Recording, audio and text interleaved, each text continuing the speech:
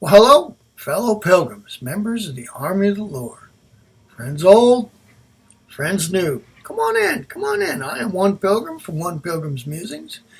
We are musing through the Psalms once again. We are on Psalm number 15. We're utilizing the New King James Version of the Holy Scriptures as we muse through the Psalms this time. And we are looking, courtesy of Dr. Jack Hyles, a former pastor out of the state of Indiana who has gone on to his reward. He has left in the public domain a work called The Story Behind the Psalms. And he has written a very concise bit of history about each of the Psalms. And I haven't found anything. I looked through many of them, and I haven't found anything that was incorrect, dark, foreboding, incorrect, whatever.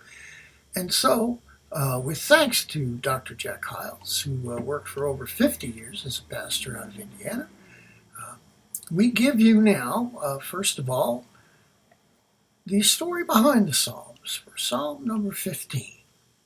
And then I hope we will edify and lift up your day with the psalm itself. But first, the story behind it. It was written by King David, and it is a psalm about the Ark of the Covenant, which was a sacred box that God told Israel to build.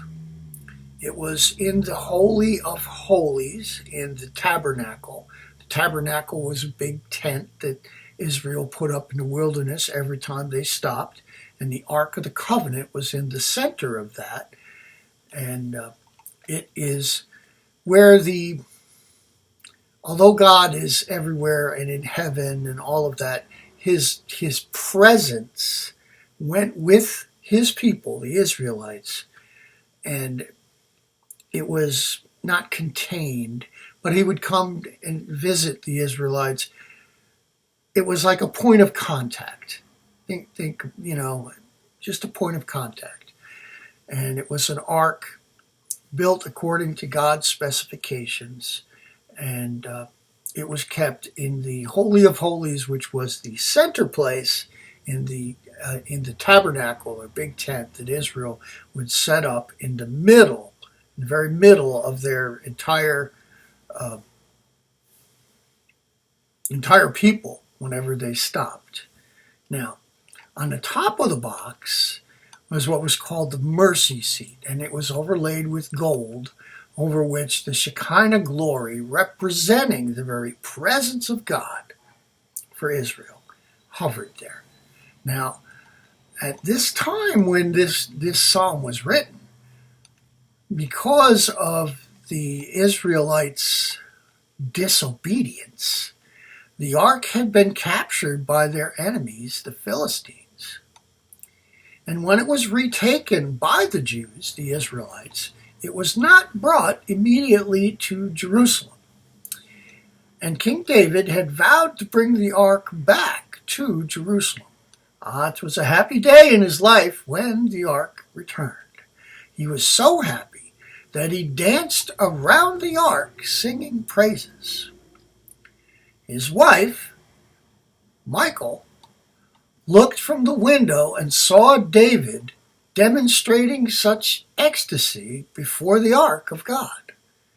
It disgusted her that as a king, he would do that in public.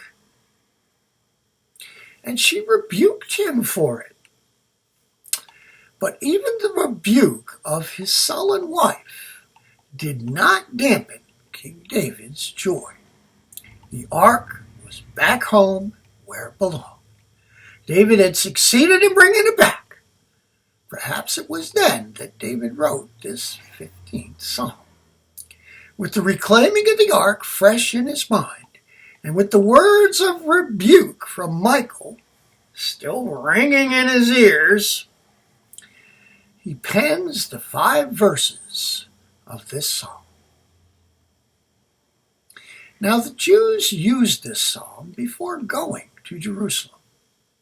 What does that mean? Well, 3 times a year, the Jews were by order of God, to make a trip toward the city of Jerusalem for the 3 main feast days that the Lord had proclaimed. Now, before embarking on such a journey, it was their habit to sing the 15th Psalm. The 15th Psalm was also sung and read before prayer. It's the kind of psalm that was to prepare the heart for prayer. You'll notice verse 1. It says, Lord, who shall abide in thy tabernacle? Who shall dwell in thy holy hill? Before the child of God lifts his heart to prayer, to ascend the holy hill of intercession for fellowship with his God, he must realize that the access is found in this psalm. God will not answer our prayers nor honor our intercession unless we come to him by the way of the prerequisites listed in Psalm 15. Notice some of them. We must walk uprightly, work righteousness, seek the truth, and refuse to gossip or do evil against our neighbor. There are others that form the stair steps of access to God. Read it before you pray. Read it before you go to church on Sunday. It will prepare your heart. And also remember, for Christians, we go to the Father God through Jesus Christ, the Son, who tore the veil by manner of his death on the cross, allowing us free access without a priest or anyone else to approach Father God in prayer because of the sacrifice of Jesus Christ on the cross. This is a great psalm, though, and you should read it. So, let us see. Psalm number 15. Lord, who may abide in your tabernacle? Who may dwell in your holy hill? He who walks uprightly and works righteousness and speaks the truth in his heart. He who does not backbite with his tongue, nor does evil to his neighbor, nor does he take up a reproach against his friend, in whose eyes a vile person is despised. But he honors those who fear the Lord. He who swears to his own hurt and does not change. He who does not put his money at usury, meaning a high interest rate, nor does he take a bribe against the innocent. He who does these things shall never be moved.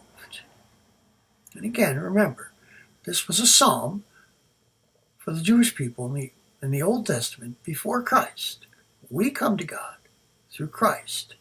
That doesn't mean that all of these things are not still in effect.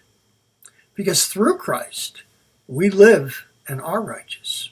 And all of these other things we should be doing. We should be walking uprightly, working righteousness, seeking the truth, refusing to gossip and do evil against our neighbor.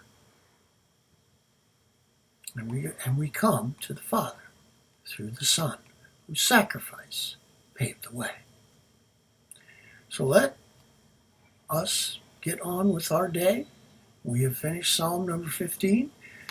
God willing, your humble servant will return tomorrow with Psalm number 16 and a little explanation behind it. Until then, may the Lord bless you and keep you. May he make his face to shine upon you and give you that perfect shalom that only comes from the love and knowledge of our holy God. This one pilgrim, for now, I'm out.